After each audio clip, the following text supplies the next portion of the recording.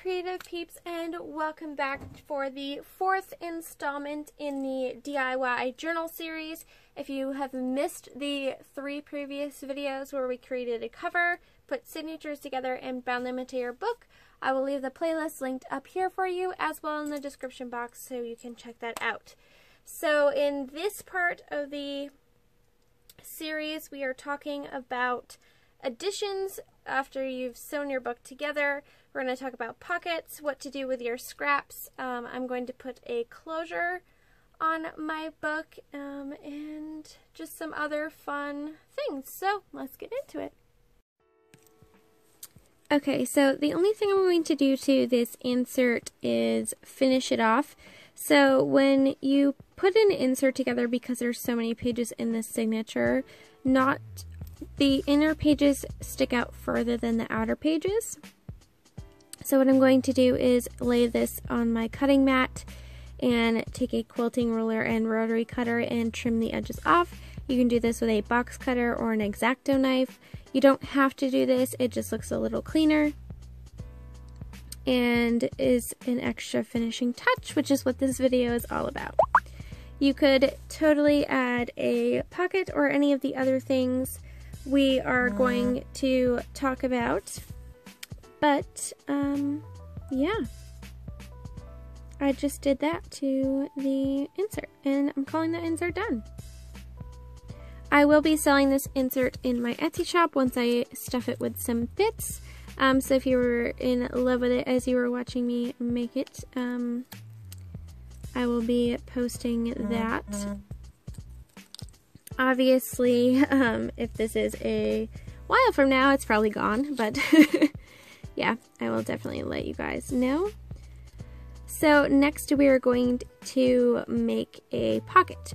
Now I'm going to make a pocket that comes off of the page, so you have a little extra room. So what you want to do is fold about an inch in and then fold back a ½ inch, and that is going to create a little V or W, I guess, if you will. So fold over and then fold back. I'm going to cut this bit off, but that just makes it so that when you glue the back side down, you have a little bit of give so that you can put extra stuff in the pocket. So you're going to do that to the 2 sides, and you're also going to do that to the bottom.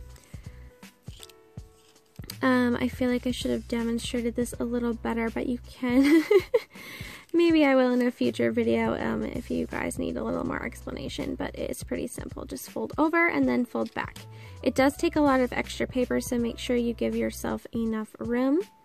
Then you just want to chop the corners off. Kind of where the folds intersect, you'll be able to see, and then you're going to glue the back flaps down. Now, I didn't trim off enough of the corner, but better to be able to go back and take more off than to take more than you want off in the first place. So we're doing here. Then I'm going to put some tape runner and glue stick along. I like to do that just because it's a little extra adhesive, and because you're going to be taking things in and out of your pocket, you just want that little extra oomph in there. If you were really serious, you could use like E6000 or something, but I'm not that serious.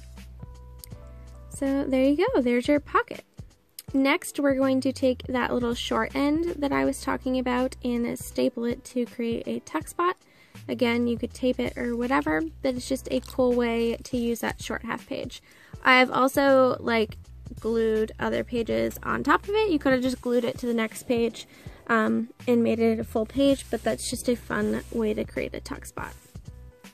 For this vellum envelope, I just took my circle punch and punched a little half circle in it so you could take things in and out. And I'm just going to construct my envelope using washi tape. Not rocket science. You could totally sew these things and make it super pretty and have a finished look, but I don't have a sewing machine, which I might have already mentioned, and even if I did, I'm not sure if I'd be that skilled, so we're just going with some washi. And then I just stuck a paper clip on the end. And since I'm using it for December daily, I hope to keep my photos in there or something to journal about. So what I'm doing here is creating a brad closure, and this is not my original idea.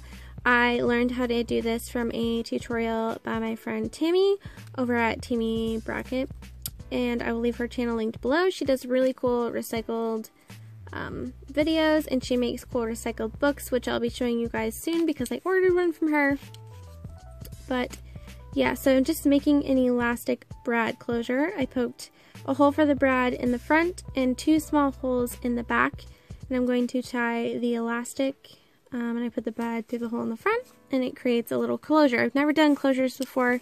It's my first time. Like I said, she does an awesome tutorial on how to do this, so I will leave it linked below for you guys so you can check her out, or any of her other awesome videos.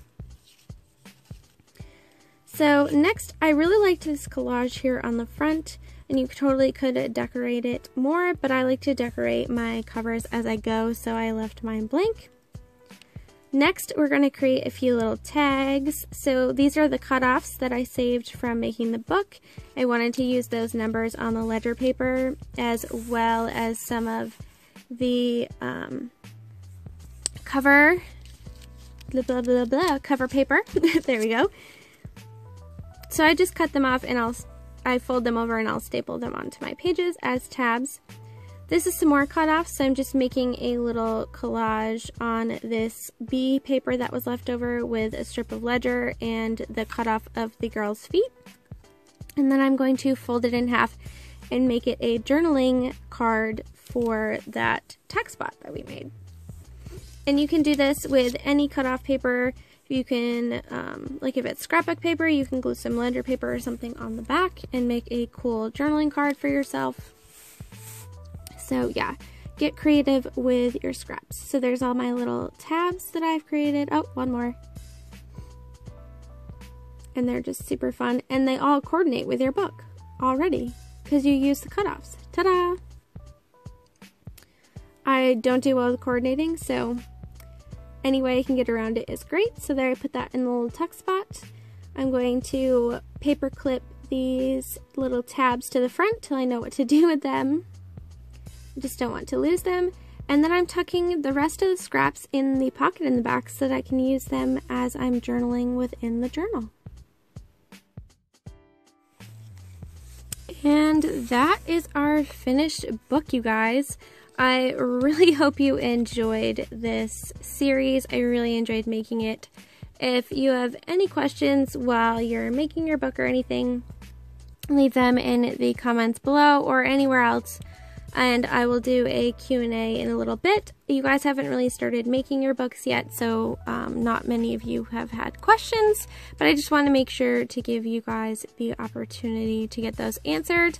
I did have a request to show you how I do an altered book cover, so I'm going to do that for you as like a little bonus episode.